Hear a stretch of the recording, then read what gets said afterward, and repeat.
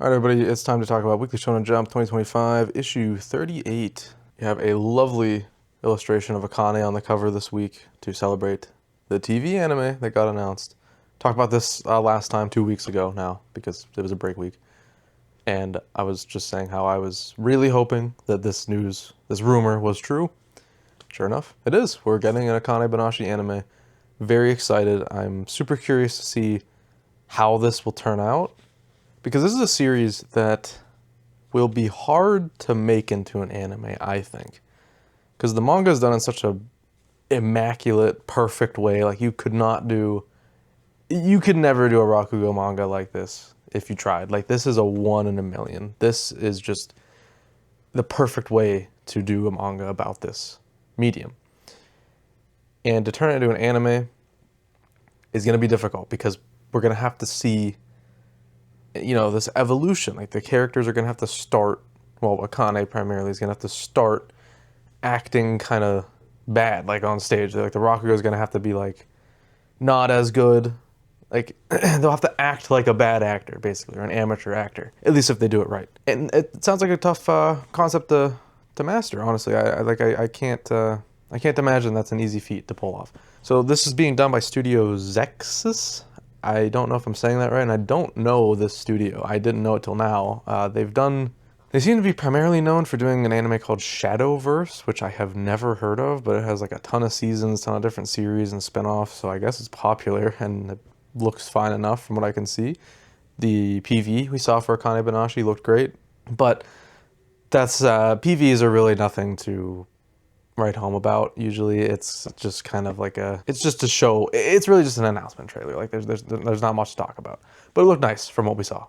Yeah, I'm just extremely excited about this, and I hope they nail it. I can't say I exactly have like confidence in this adaptation because I don't really know much about the studio, but I'm just hoping for the best because I love Akane-banashi dearly, and if it has a great anime, that will only help it succeed even more. With that being said, let's talk about Akane-banashi.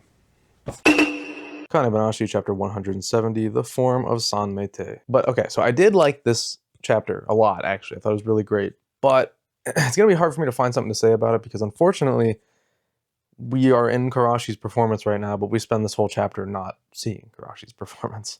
It's a flashback, which is great. I did really enjoy it. It's very insightful into where Karashi's at now, and that's what I was hoping to get from this performance. Like, we want to catch up with these people, we've had a time, so it's nice to see like more of where his head's at, where his head's been at, and what he's been working on. And it is this, he's having this art form passed on to him, this Sanmei-te. Yeah, it's just, I don't know, it worked really well. This was a really good chapter. It's just, I wish I could sit here and talk about Karashi's performance instead. But that's weekly manga for you. I mean, this would be a completely fine chapter, just reading it in the volume release. But, I gotta wait till next week now to continue his performance, which I've been so excited to see. And we get like a tiny bit of it here, but nothing to write home about. Like, I have nothing to say about the parts we did see. This is more so just seeing where the character's at, which I do appreciate. Just not much I can really think to say about it.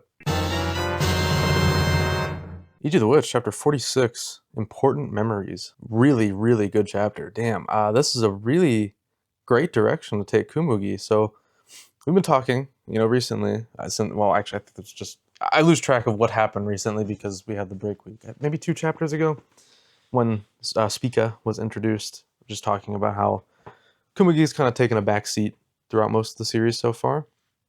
And now we're definitely getting into the time where she's going to step up and become a major player, I'm assuming. Just make her place in the series known.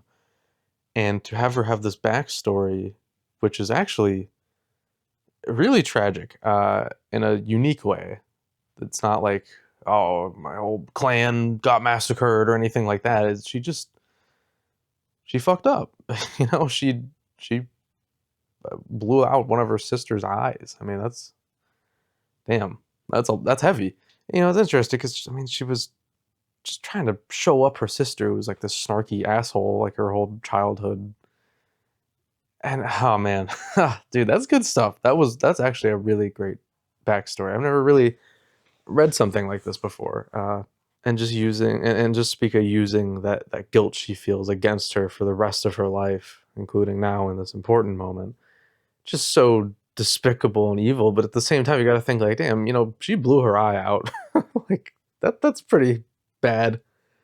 But it's not like I'm saying I'm on Spica's side by any stretch of the imagination, but you know, you can see a very clear line on like why all of this is happening right now. And I just think it was like really excellently written here. This is good stuff so far. And of course we have Ichi stepping up for her. And not exactly though. It's like he's being very simple about it. He's just kind of pushing her in a subtle way to rebel against this herself. She doesn't need to be saved here. She just needs that push to do something herself. And I just love that. I thought this was fantastic. This was a very, very good chapter. I loved it. Witch Watch Chapter 213, Childhood's End, Part 2. I said last week this was going to be a big chapter, but I didn't think it'd be this big. This is crazy. So the confession happened. Wow. I'm impressed. This is not at all how I thought this was going to go. So, you know, we've had like, I don't know, 3, 4, somewhere around that range of like fake outs for Nico confessing to Morihito. And, you know, I thought Under the Tree, like that big one, like I thought we were finally going to get it. And then we do the whole thing where she turns into a kid. And we've been in that for a long time. I thought that was going to be an excuse to reset everything again. I thought that, you know, now because Morihito has to like raise her as a daughter and she has to like view him as a dad in a way, it's gonna like fuck everything up, and we gotta, after she turns back into her normal self, we gotta go through the whole thing again. But instead we have this where she is confessing. She's in the body of a child still, which what are you gonna do? It's weird, but not how I would have wanted the confession to happen. But this is a part 1, because she does step back and she's like, okay, this ain't right. Let's wait a sec. Let me go away for a month, you know, get back to my normal self, and then let's talk about this. Or, you know, have him give her his response. Pretty impressive. It was kind of an emotional chapter. I definitely felt something. I thought this was really touching and sweet. It is still strange, but it's a strange world that the series takes place in. Like, this is not normal circumstances for like a confession or even like a falling in love of 2 characters. But they've been in love like the whole damn series. Just not everyone would say anything. Man, I don't know. This is interesting. I really like this chapter. Don't get me wrong, but man, this is hard to predict. Like, we're gonna have now a month in universe without Nico. I don't know how long that translates to the manga, but this is kind of a new chapter. I mean, you know, we were in the child Nico phase. Now we're in the Nico-less phase. She's just not here at all. Presumably. We could just skip a month immediately and then the whole thing's over. But either way, we're entering a new chapter for this series, and I'm really excited. I'm happy to be done with the child Nico stuff. I guess we're not exactly done with it yet. I mean, like, we might cut to her while she's away. I'm not really sure what's going to happen, but regardless, this alone was a fantastic chapter. I thought it was really great. Really touching, really sweet. Great stuff. One Piece Chapter 1157, Legendary Bar. So if you've been watching my videos for a little bit now, you'll know my thoughts on how this flashback is going. This should be a Loki flashback, yada yada, all that. I'm not going to sound like a broken record and sit here and say this every week, because clearly we're not getting back to Loki anytime soon. I don't think. Maybe. Like any chapter, it could be Loki focused again, or at least Herald focused. It's like going... This flashback is all over the place. I don't know what we're doing here, really. I guess this is the story of how Elbaf became what it is today, and Rox is... We're getting so much time with Rox and other people because... No, I got nothing. I don't know what's happening. I like this. I love seeing this stuff. You guys, you gotta understand this. I love One Piece. I love One Piece lore.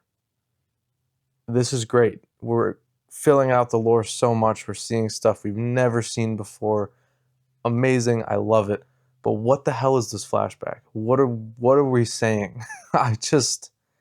It feels aimless. It feels like it had focus, a lot of focus, and then Rock showed up, and then like 400 different branching paths just broke off, and we have no through line. Unless I'm just stupid and I'm missing something. Like, yeah, Kill Rocks, that final panel. Yeah, okay, sure, I see. We're getting somewhere here. This adds an interesting piece to the puzzle. but it just feels aimless. It just feels like we're seeing things with no purpose. And is that a bad thing? I don't know. I'm just confused. Okay, this is a good chapter. I really liked it, to be honest. But I'm just so hung up on like, what the hell is this flashback? I'm so damn confused, guys. Loki was in this chapter for one panel and he's like a speck. I don't know, man. Just confused. Not mad or disappointed. I think this is good. Just confused. I hope this rant made sense. Shinobi Undercover, Chapter 45, The Tower of Anxiety. So, I really like this chapter. Again, I mean, I got Chapter of the Week last time. I really like this stuff in Shinobi Undercover. And what I really liked about this chapter in particular is this through line of the boxes. How he's, he has this, we have this visual metaphor of his anxiety, of Yotaka's anxiety. These boxes that he keeps stacking up to the side, packing away his feelings, putting them to the side, stacking up, and they're like, every box is full, about to blow up. And I just think that's really effective because, as somebody with anxiety who has struggled with anxiety in the past, and depression, yada yada, whatever, it's pretty accurate. It is just like, yeah, I'm just kind of setting all this to the side, ignoring it for now. One day it might bite me in the ass, but I'm not going to worry about that right now. And yeah, it's just a really good visual metaphor for what that's like, I think. I've never thought of it that way. Like, you're literally boxing up your feelings, not letting the world see them, and you're not thinking about them yourself. But they're still part of you. You carry them with you all the time. And really good stuff. That was impressive to me. And we end off on an interesting note with these people saying that they're going to end their bogus, ordinary lives. All right. I wasn't expecting that. Again, I like the slice of life stuff a lot more than the fighting and ninja stuff. But it had to happen.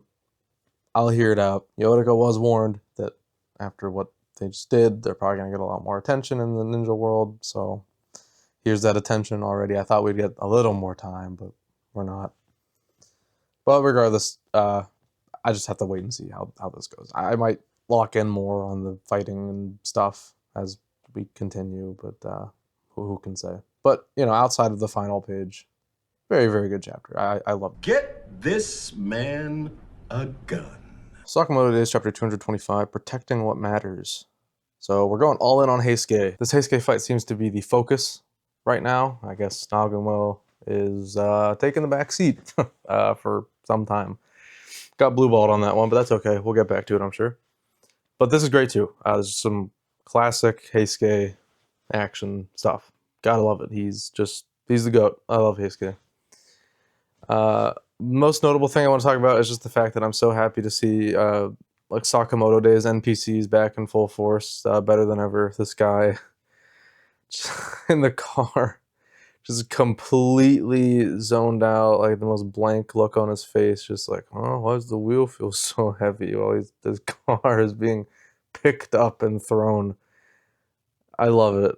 And even like in that shot, he's not even like screaming or anything. He's just kind of like, he's just there, just confused.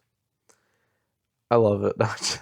I love how people in the world of Sakamoto Days act. It's so funny. But other than that, just a cool action focused Heisuke chapter. I really enjoyed it. Blue Box Chapter 207, Welcome Home. What a sweet chapter this was. I really loved it.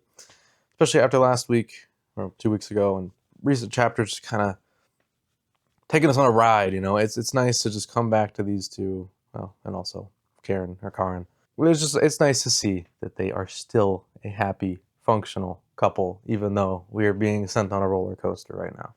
That hug nearly brought a tear to my eye. That was so beautiful and sweet. Just want happiness for them. I don't want them to go through struggles and hard times. I don't know what's gonna happen. I don't know what we're building towards, but it still has me worried, especially even now, because we are seeing a really happy moment. It's almost like get to see the peak, and then we're gonna have some conflict. We're gonna have drama, maybe an argument, maybe something. I don't know what, but it's stressful. I don't want them to have hard times. I really don't. I just want them to have a nice, sweet, wholesome relationship their whole life. But What would the series be then? Well, what's the story to tell? If, we didn't end with them getting together. We're going past it, so there must be more to say. So I guess we're getting to what is to be said now. But on its own, without thinking about the future right now, amazing chapter. I thought it was really sweet. Bruh. Ekiden Bros, Chapter 7, Starting Line. One of those ones where the title isn't revealed till the end. Guys, this series has the weirdest pacing I've ever seen. Starting Line, Chapter 7. I feel like we've had the starting line. I know this hasn't literally been the title, but I feel like almost every chapter has been the starting line. Like every chapter it's like, my story begins now. Everything changes now. This has happened now. It's just over and over. What a weird ass series. Seriously. I don't know what this is trying to do. I just I can't wrap my head around it. This is a really, really peculiar series. It's kind of like watching a train wreck. Like I guess this isn't the worst thing ever, but I it's not good either. I don't know. Weird series. That's about all I can muster. It's so damn weird. Ultimate Exorcist Kiyoshi, Chapter 56, Naruku City at Dawn. He won. That's it. Astaroth is dead. Not without one final weird exchange between the two of them, because of course, Astaroth is a insane freak, so he has to go out like an insane freak. And now we enter the stage of the series where we ask ourselves, is it about to end? I don't know. Under normal circumstances, you'd think, yeah, like, what's beyond this? This is set up as the big villain, the big bad. This is it. This is everything.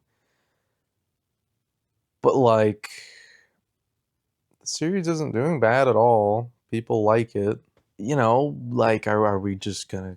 Is it gonna extend itself out? Are we gonna do more with this? Was there more ground to cover? Don't know. We have Osteroth saying, "Don't forget me," but that doesn't have to mean like, oh, okay, so for the rest of the series, you'll be thinking about him. No, it could just people live beyond their series. Like, I mean, it's not like this series ends and the characters don't exist anymore in their own worlds. It certainly feels like we're about to end, but there hasn't been any notice from Jump. But only big series really get notices, and I wouldn't say this is a big series. It's doing fine enough. I mean, 56 chapters is nothing to sneeze at. But yeah, I don't know. Very good chapter though, by the way. Just yeah, I can't help but think, like, what is next? What are we doing? Guess we'll find out. Ping-Pong Peril Chapter 6, This Lone Ball. Our bathhouse death match has come to an end, and it was great. I loved it. Again, still just loving the series. It's just a blast to read. So fun and funny. Characters are charming. What more can you want? Really. It's just a really solid series. I enjoy my time reading it. And I like how, we haven't thus far ran into an opponent that like is all pissed off after losing, because, with this thing, everybody's fighting for the same reason. Fighting, it's not fighting. Honestly, it basically is fighting. They're all fighting for the same reason, and they know that. I'm sure we're bound to run into some assholes, but the two opponents we faced so far, well, I guess the first one, but like the Chapter 1 fight, but I mean, that was different. But these two so far, the bartender and the bathhouse keeper, they're chill afterwards. She made this whole bamboo thing to keep up that lie about it being the bamboo, whatever it's called.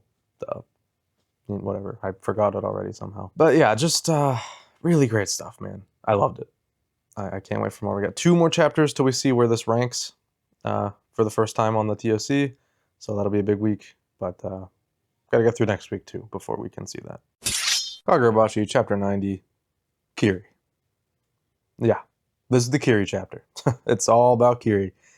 I loved it. I'm really liking Kiri so far. Of all these new characters we just got, like, I don't know, a couple chapters ago, introduced, this is the best. By far the best. Love her so much. I love this gimmick, how, she's trying to prove her, like, misogynistic grandpa wrong, and the whole, like, her sword is so big because she just wants to prove him wrong to the maximum capacity. Like, because the one line she brings up is, well, in her head is about how it's like, oh, women's dainty arms can't pick up a sword. So he's like, okay, I'll just use the biggest sword possible. Amazing. God, I love that. That is so good. Incredible. This chapter was fantastic. And it's a character introduction chapter. I feel like I'm not usually this high on a character introduction chapter, you know, because I mean, you know, I guess I can't at this moment see what her role in the future will be, but it doesn't really matter. This is just a cool ass character introduction. I loved this so much. One of my favorite chapters in recent memory of Kagurabachi. She just has this vibe to her that I love a lot. This is good. This is great stuff. Huge fan. Harukaze Mound Chapter 9, Sink Your Teeth In. So because I always struggle with talking about the series because of how early on it is, it's a sports series, yada yada, if you've read my other videos, you know what I mean. I want to talk about pacing, because earlier I was talking about Harukaze Mound and how it has the weirdest pacing ever, and I could barely even muster any normal functioning sentences about that series because I'm just so baffled by its insane pacing. This, on the other hand, is paced very well. Here we are, 9 chapters in. We've completed our first game. It's a practice game. You know how sports series goes. And that's it. We're done. We're moving on. We're setting things up. We're getting things moving. They learned. They know some strategies that worked, some that didn't, and they know what to work on going forward. That's how you do it. But yeah, Ekiden Bros, on the other hand, you know, it's just kind of doing whatever it wants at any point. There's no clear path to success. There's no goal. Well, there is a goal, but who cares about it, to be honest. It doesn't really feel like he's working towards anything. We're just kind of moving in time, like after he's learned things. I think it's just that's not how you do it. Akane Bro is gonna fail and flop, whatever. It doesn't matter. That series done on chapter 18, no doubt in my mind. This will last. This is how you make a sports series that will last. I'm serious. I think, you know, it's ranking pretty well. This is relatively high. It's right under Kagurabachi, so I mean that's a good sign. It's not down there with like the stinkers. High hopes for this series. I am glad we're past this practice smash because it wasn't my favorite thing in the world, but it's necessary. You know, it's got to be done. So, see what we're doing. I'm very excited to see where we go from here. And it seems like we know where we're going. They're gonna improve and get ready for their first real game at some point in the future. And that's probably when I'll be able to lock in. What are you doing, step bro? Nue's Exorcist Chapter 110, In the Ice. Let me ask you guys, what is the opposite of being locked in on something? Is it locked out? I'm locked out of Nue's Exorcist. Completely locked out. I can't, I don't care. I think out of all the weird, contrived plot lines that have been a part of this series, this might be my least favorite ever. I do not give one single ounce of shit about anything happening on the paper right now or on my screen. I'm good. I'm good. Just not entertained. That's all I got. Sorry. And it's mommy makeout day. Kaedegami Chapter 8. So much fun. This was pretty interesting. This is probably the most interested I've been in the series so far. Now, I mean, elephant in the room, this is the first time the series has been ranked. It's at number 9. Not bad, not good. It's kind of in the middle. So, really not sure what that means for it. I personally don't see this one being a hit, but that's not to say I think it'll be a flop. It might be something akin to Ultimate Exorcist Kiyoshi, or something like that, like a mild success. But anyways, this chapter was really cool. I like this concept here, and I like that we're now setting up what could be like an arc villain, main villain. Who knows? You can never really know. Nuba, yeah. Nuba is this woman's name, presumably a woman, who Chiyo has some history with, which we'll get into soon, probably next chapter. This is interesting stuff.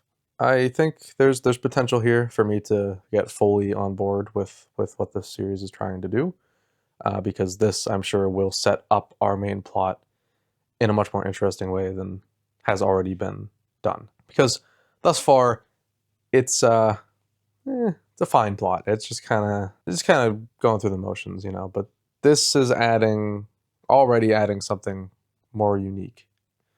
So I'm excited to see what we get out of this. It could disappoint, we'll see. But as of now, intriguing, interesting, cool stuff. Liked it. You what? Kill Blue Chapter 113, Norin Hosho. This series is definitely ending, right? Like really, really soon. This chapter kind of cracked me up because it feels like something I would have written as like a kid.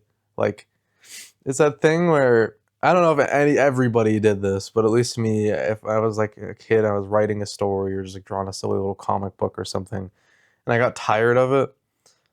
This is the kind of thing I would do. I would just like, it's just the way that Norin here like reveals the secrets of the formula or whatever, and then goes on to tell Ogami like a million different things, and then she turns back into a kid. It's like, it's information overload. It's just telling me like every answer that is left to know, and we're just going along. It's about to wrap up. This is definitely over very soon.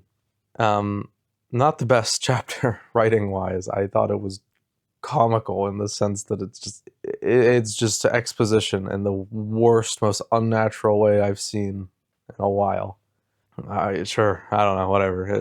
Let's get on with it. This thing's not lasting much longer, I don't think. Neon Genesis Hima-Ten, Chapter 54, The Teacher, Miss Hime no No. So, this series is really leaning into this whole thing now. And I'm gonna have to get used to it because this is sure a thing. This is something we're gonna be dealing with. This idol turned teacher, which is something I really can't imagine has ever happened in history, but it happened here. And sure, I mean, I don't know. I'll just roll with it. Let's see where this goes. It's definitely shaken up the dynamics a lot. You know, I mean, this is interesting for the story, for our characters. Is it interesting for me?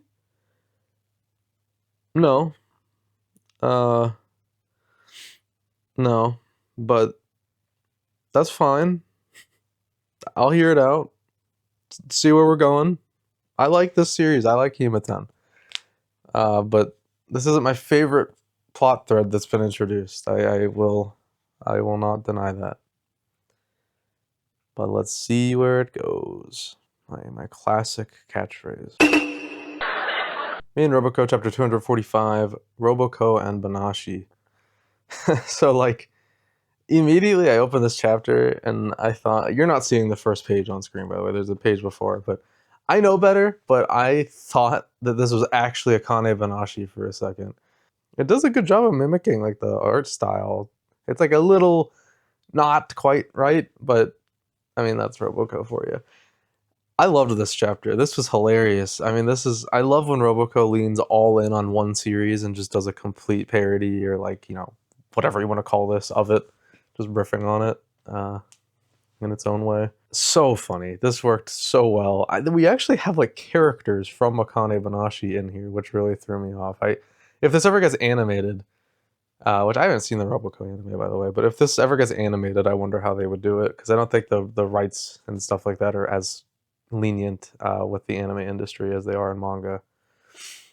But that was so funny, man. I loved that chapter. As someone who loves Akane-banashi so much, it's so fun to see this kind of take on it. It hit like all the right notes. It made fun of all like the running things, like the common things you see in like nearly every Akane-banashi chapter, every performance. It laid into it, it covered all grounds. This was great stuff. I was laughing the whole way through. This is one of my favorites in recent memory for Roboco. Feel the power of my magic! The Elusive Samurai Chapter 214, Disturbance in Japan, 1352. So not a whole lot to say about this chapter, to be honest. Like, this was actually pretty good. I enjoyed my time with it quite a bit. Nothing super negative to say about it by any means. But it was also kind of just nothing. Like, we're just setting up. And that's the point. But the thing to talk about, I suppose, is just this final page, this spread of the army getting prepared, proclaiming this is going to be the final battle. And that's right, this is it. So we're entering Endgame. This is probably about to be the final battle, final war for this series before we start wrapping up. Might have a kind of lengthy wrap up because of just the actual history of the series. I know we have... it's been a while. I probably should have looked at this before, but I think there's still a few years of, like, you know, recorded tellings of Tokiyuki's life. I don't know if we'll get all of it. Maybe it'll end on like an ambiguous note or something. I have to look into it again. I haven't looked into the real history of this in, oh man, probably like 2 years actually. So yeah, that's all pretty foggy. Maybe someone in the comments can correct me on that or inform me on what is left of the real history of this. But for the story, this is the climax. We're about to enter the final big thing before it wraps up forever. And that's exciting. I think this can be really good. You know, I'm not super hot on this series. I never have been. But when it pops off, it pops off. And I think with something like this, you know, a final battle, all the stakes, everybody's life on the line, I think it'll really pull through and shine, and it'll probably be a good time. It'll be a good read. So I'm actually looking forward to it. We'll see how it goes. It could disappoint. There have been pretty boring battles throughout the history of this series, for sure. Plenty of them. But I just, with all the setup, I can't see this final one being disappointing. Altar of the Flame, Chapter 14, Smorgasbord. This is weird, because at first I was feeling like this is definitely like a flopped series, one of the final chapters, but I don't know. There's a lot being set up here. Like, we have the King's 8 hooves. Are we going to see any of those people? Let's be honest here. Place your bets. Maybe 1, maybe 2, or maybe we'll just see them all at once real quick, like in the weird, very fast-paced final battle. But, like, now we have this whole thing with, like, the princess thing at the very end. We have 4 chapters left, I'm assuming. Unless a miracle happens. I mean, this is in second to last place. It's just this and Nice Prison are competing for the last slot. It's not doing good. I can't imagine it's going to go past 18 chapters. But maybe it will. There's just a lot being set up here. And I thought, like, I didn't think it would be like this. Oh god, I don't know. This series is strange in unique ways. I still feel like it will end soon. I haven't read Red Hood, but I know that series ended really insanely and, like, just sporadically. It just went off the rails and ended. Maybe we'll get something like that here, where we're just gonna have the mangaka try to tell the story as originally planned, but then just cut it short real quick on chapter 18 somehow. I don't know. This is intriguing though. Oh, brother, this guy stinks! You know, Nice Prison, chapter 16, Sacred Stick, yada yada, whatever. It's Nice Prison, man. Dude, the art in this series is so hideous. Look at that on screen. Just that opening page. What are those proportions? Holy shit, man. God damn, this series. I can't stand it, man. Do we have 2 chapters left? Please tell me we have 2 chapters left and that's it. As long as we get another 4 coma section, by the way, before the series ends. I need some more of that in my life. It's just so peak. It's so good. I love it. This sucked. No surprise there. This was terrible. Awful. Not one glimmer of a smile on my face. Just wincing at the incredibly hideous art style. Man. Not good, guys. Not good.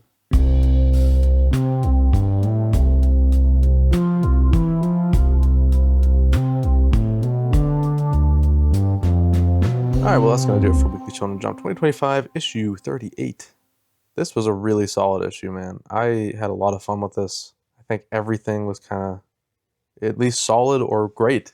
Solid to great, you know? So much so that I, maybe for the first time this whole year, am really struggling to pick my chapter of the week. Like, this is tough. There were so many good ones, like really, really good ones. But I think we have one clear winner here, and that's Ekiden Bros. Stage 7 starting I'm kidding. It's Kagurabachi Chapter 90, Kiri.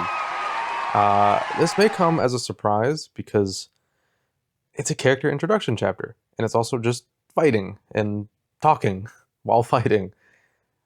But it was so cool and effective. I just haven't felt this pumped about a new character introduction in like anything in a while.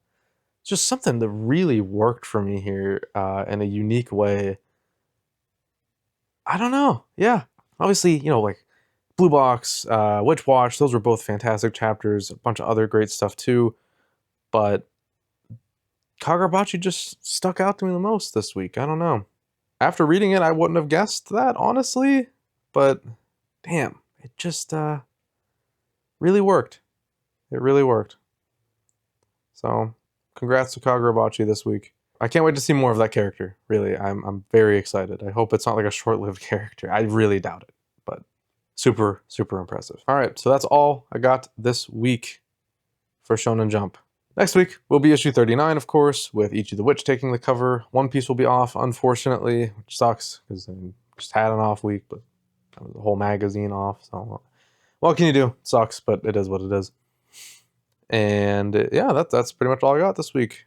Looking forward to the next issue as per usual. And as always, let me know what you guys thought. Let me know what your favorite chapter of the week was, what your least favorite chapter of the week was, any notable things that you liked in the magazine this week. Let's talk about it. And I will see you guys next week or in whatever you decide to watch next on my channel. Take it easy, guys.